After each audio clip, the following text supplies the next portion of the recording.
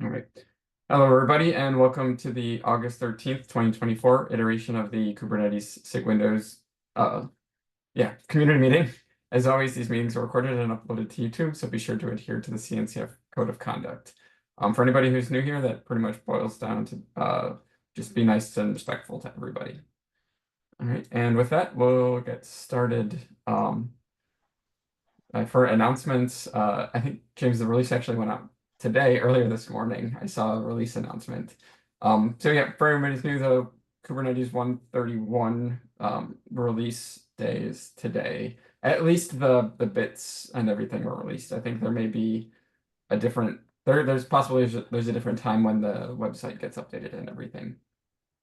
But yeah, so I like there's some good work that went into 131 and a lot of improvements across the board. So if you're interested in that, be sure to check out the release blog.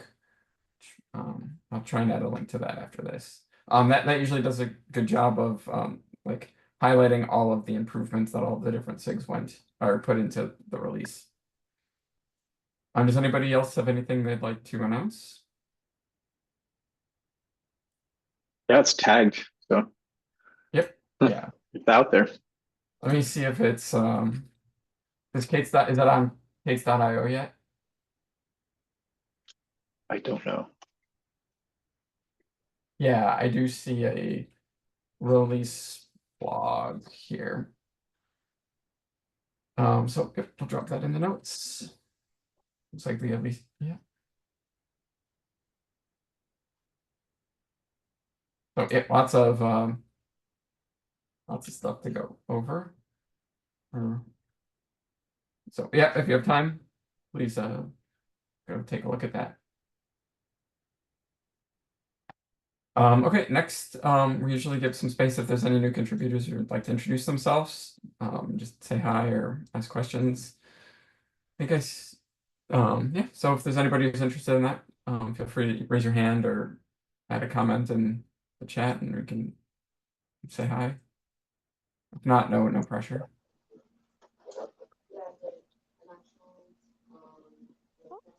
Hi, can you hear me? Yeah. Yeah, my name is Yuan Liang. I'm new to this meeting. Thanks, James, for share the meeting link. Yeah, I'm from Windows Container Code team. Yeah, great to have you. And I believe, is this you who added some of the agenda items? Yes, yeah, that's me. Awesome. Yeah, great to have some new folks, especially people work on Windows containers on the core team. No, anybody else? Yeah, I want to quickly introduce myself as well. My name's Lin. I'm on the same team as Yuan Liang and Ritika already in this call.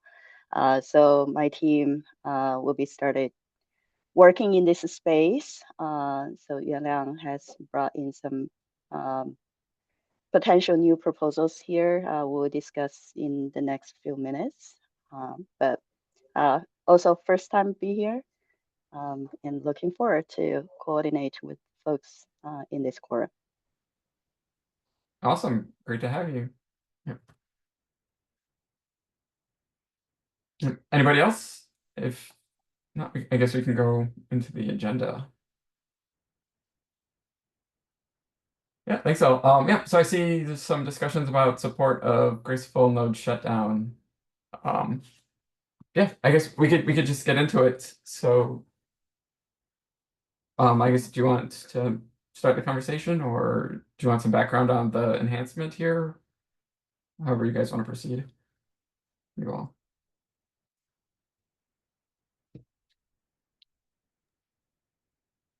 Yeah, maybe Lin, you give some background information on this. Sure.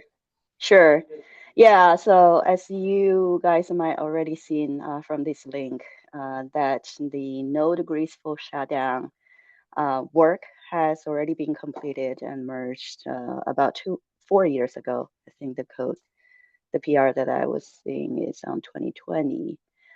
So it's been there for Linux, but it was never implemented on Windows. Recently, there was a customer approaching us indicating that they had the intention for the cost saving to move from regular VM to Spot type of the Azure VM. If you don't know what Spot is, the short version of it is the VM is subject to getting taken away when the resource is tight in a particular Azure region. So you don't guarantee always to own that VM for your workload. So you need to be prepared. The VM may be taken away due to the resource contention for other customers in the same Azure region, which is paying regular price. But this customer of us that has good intention to move to the Spot, given that it has a pretty significant discount on that. So one thing that they need to deal with is when the nodes get taken away, what can they do? Naturally, they would want all their pods and containers get shut down properly before the node goes away. But due to the limitation of this on the Windows side, they don't have it. So they have to implement some kind of polling logic to query the event in an infinite loop, try to get the shutdown events prior so that they can do something, which is certainly not ideal. So that brings us to can we support something similar, which we have supported on the Linux side 4 years ago on Windows. So this is the context of this work. Any questions? I don't have any questions. I have some comments though. I remember reviewing this KEP when it went in. So it looks like this feature, I was just checking the status of it. This feature's still in beta, and on the Linux side, right? yeah, even on the Linux side, which could be good. I think it's generally easier to get kind of bigger changes if there's anything more architecturally needed in before the features go stable. I do remember there were some discussions about if Windows could support this or not. And I think that there were at the time, like we said, probably just needed some work. I know that there's some system APIs that you can receive some shutdown signals in, like what Notepad used to do if, or you couldn't shut down if you had unsaved documents. So yeah, is this something that you all are interested in picking up? Yeah, this is certainly an area that we would like to see if we can get it supported on the Windows side, so that we have a better solution for our customers to handle the node being gracefully shut down. Yeah, I think that's good. And I remember reading this from when this KEP went in. The way that it's implemented on Linux is there's some system D inhibitors that get signaled when the node. I think when the node starts to kind of enter this graceful shutdown termination period. And there were some discussions about what happens on Linux about non-system, like Linux systems that aren't running system D. And I think the consensus was that if other people wanted to implement other ways of doing this, they could, but I guess a lot of systems are running with system D, so that was good. And so I think there's a little bit of flexibility for how things get handled in Windows too, which would be good. I think there's some things to consider, like I know in a lot of production workloads, folks run the kubelet in like a Windows service, so we just want to make sure that all of those signals and everything can respond whether you're running the kubelet as like a Windows system service or not. So those are some good questions to answer. Yeah, we also have a question on the exact Windows events that we should listen to, whether it's a pre-shutdown. That's what we're thinking right now. Is there any concerns or recommendations whether this is the right Windows events that we should react on for this particular purpose?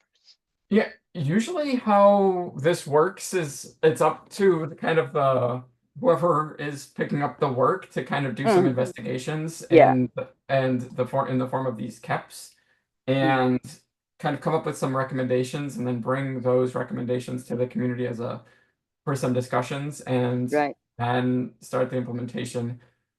Yep. Like this particular KEP has already been like authored and reviewed, and in Mm, that case, what happens is the ask is like, especially for cases where things have been either partially or mostly implemented for Linux, and then we want to add Windows support, mm, is open up a pull request that kind of modifies the existing KEP I see. describing how things would handle how like describing the implementation or the flow for Windows workloads. And James has some experience doing that recently. Do you want to add any comments Yeah, or just to clarify, we do not need to open the new cap, right? We can just amend on the existing cap, which only Typ- have the Linux side implemented. Yeah, And typically documented. that's how the SIG's, or at least SIG node has operated in the past, is that Mm, if we're just adding features and support and it's not going to be like a totally radically different approach, right. then yeah, just updating the KEP. It's mostly for their own awareness. They're not going to really Mm, push back on any of the APIs we use or anything like that. It's mm-hmm, more they just want to know and make sure that there's no huge design changes or anything like that, and then just be mm, aware of the things and then have it documented for posterity purposes. So yeah, it doesn't have to be a ton, but that's probably the next step, and also bringing it to SIG-Node um, and just letting them be aware of it through their agenda in meeting. yeah. So when is the appropriate time to bring this stuff to the SIG node? Do we need to have the document ready, the prototype working? And what do we expect in the SIG node meeting? so in this case, I think like the well, let me think of the best way to put this. Like a lot of times Signode doesn't really care about the like as James mentioned, like the implementations of Mm, how we actually perform like the system calls in Windows and how we, yeah, respond to the events and everything. But yeah. they like there's folks in Signodes and like a big benefit of having this reviewed by Signode is they have a very deep understanding of like the kubelet life cycle and pod life cycles Mm, on the node and can give like feedback about when is the right time to react to the signals and what kind of like just state management for everything in there. And it looks like there's still some issues with some state management here too that might be good to take a look at to understand where some of the issues lie. I would say for this particular one, having a basic idea of like what signals the kubelet on Windows is going to look for, like you mentioned, the mm, pre-shutdown and things mm, like that. Having a good understanding of what the different signals available are, and then mm, probably having a recommendation on which ones mm, that you'd like to use in the implementation. And mm-hmm, then a little bit of it doesn't have to be like a complete prototype, but a mm, little bit of like looking through the kubelet code and calling out the areas that would need to change for mm-hmm, the window mm-hmm, and like the Windows implementation of it. So mm-hmm. and with and like being able to talk through the whole kind of workflow of what happens. So if as soon as some of that's ready and can get that in like a pull request update for the cap, that's probably a good time to engage. I'd say usually engaging earlier is better, and if Mm, as long as like yeah. And I think in this case it seems like there is probably a lot more knowledge that folks and from the scheduling team and the kubelet state management would want or like what would have for this. So it would be good to probably engage before there's a complete prototype. Oh, Maybe okay. Yeah, just looking at what you have right now, I think that's probably enough to, you know, bring it to SIG-Node and say, we have this prototype, we're thinking of opening up this KEP and kind of outlining the changes, and are you willing to move forward with this? My one question is, I see that, and I've talked a little bit with you about this before, but your thoughts on adding only support to the like if you install it via Windows service versus like if folks install it through NSM as a service, and how you're going to approach that. Yeah, now you want to take that? I'm Yes. not sure we have a conclusion on that yet, but I'll let you get to it. Yes, this actually also what I want to discuss here. So to handle the Windows shutdown or pre-shutdown, Windows service and console applications has different behaviors. And I have done some initial investigation. For me, that the shutdown, we do not have much control on the shutdown, but for Windows service, they can register for Windows pre-shutdown event. With the Windows pre-shutdown events, we can even configure some flexibility to configure the time interval for the pre-shutdown. So if we can implement those, then I think the logic will be much more similar with what Linux can do. It will be I mean, much similar for Windows. But if we want to do this, we need to make Kubernetes itself as a Windows service, so that we can change we can register the Windows Service Control Handler to control to register for the event and to control the time interval we want to configure. So that will be the problem with current NSSM management of Kubernetes, which the NSSF will take control of the service registration for Kubernetes. So with this prototype, I'm trying to start the Kubernetes as a service, and start it with SC.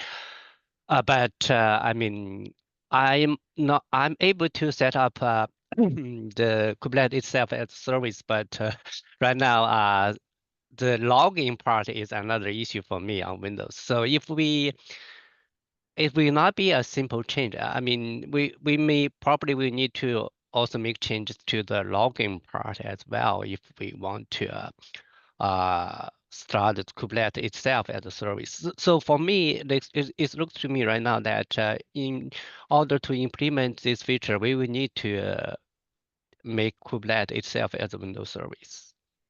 That's my current thinking. And we will need to make changes to logging to set up the Kubernetes. Yeah. Go ahead, James. Yeah, I think that's probably a great approach initially, but I know that there's a lot of folks who use NSM to install it. I don't know if I see a few other folks from other companies. I don't know if they how they install it, and it'd be interesting to just hear from them as to whether or not they use some sort of alternative service manager, or if they just install it as a service and those type of things. So I don't know if anybody else wants to speak up. And any of us uses Windows Service for QA. Okay. Yeah. Yeah, I was just gonna say, I know that one of the main reasons why people do use NSSM is because of the logging. And the logging, the way that it handles logging is very similar to how Journal D does logging, which like a lot of people like, and a lot of things that do log scraping or log collecting also handle that too. So there's that. I do think that we should definitely get a lot of input from the community, but I mentioned a little bit earlier that like when this KEP went in, they said, this is only going to support systemd based systems right now too. I think it is possible to kind of implement this feature and say this will only work if you run the kubelet as a service, but I do think that we should try and have some discussions in the community around like logging best practices then, if that's the case. And yes, I am interested in how Tatiana, how logging happens with that. So it says use ETW, send everything to ETW events. Yeah, I also noticed the commit for container D implementation, which also a logging, sends the login to Windows event.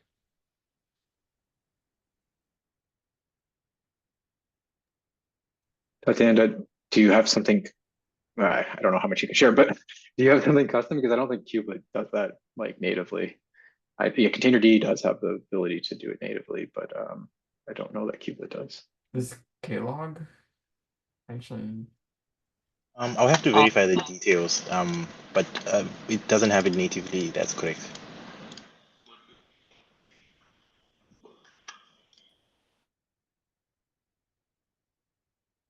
Yeah, so I think that that should be part of the discussion for the implementation for the KEP too. I think a lot of folks are going to like logging in general. I mean, I think a lot of folks are going to be interested in how to do logging as a system, and this might be a good opportunity for like SIG-Windows to try and like unify that too. But I don't necessarily think it's going to be a blocker for some of the implementation.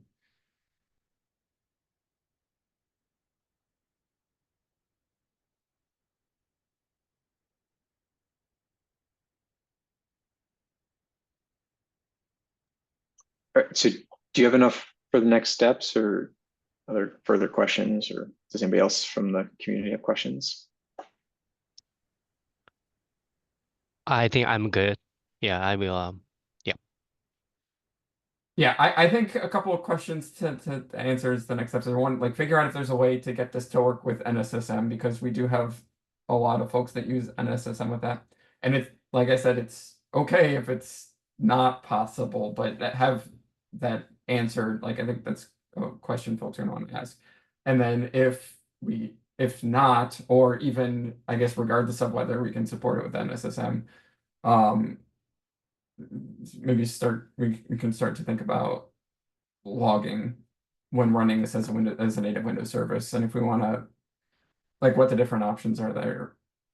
To me, it might make sense to see if we can have klog started like potentially be configured to emit Windows events, but I haven't looked into klog before. Klog is like a logging package that a lot of the core Kubernetes components use. Yeah, and as far as since the release just came out, probably in the September timeframe is when enhancement freeze will go in, and so you probably will want a PR merge by that time period, just from a time perspective for you.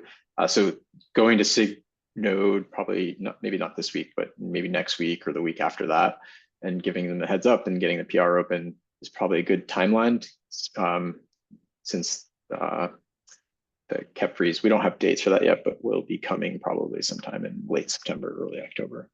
Yeah, that's probably when was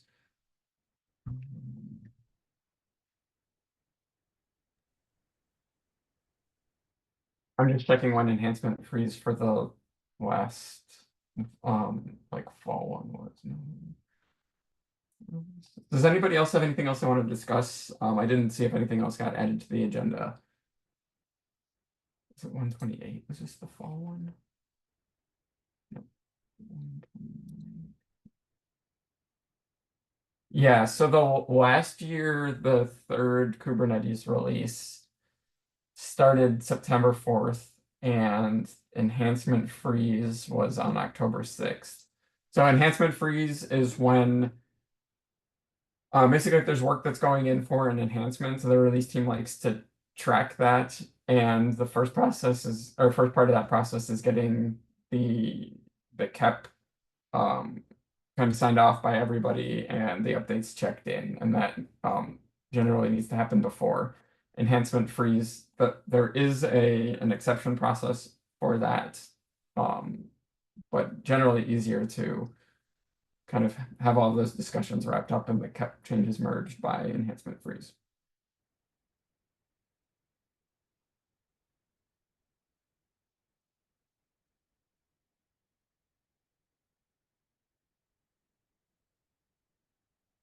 All right. Yeah, no, I think that'd be super like helpful to have all of this implemented, and it's good to see that there's already a prototype. Some work being done there. Does anybody else have anything they want to discuss, or I think we're kind of at the end of the meeting. I think yeah. Awesome. Well, I'm gonna stop the recording then. Thanks all. Thanks all.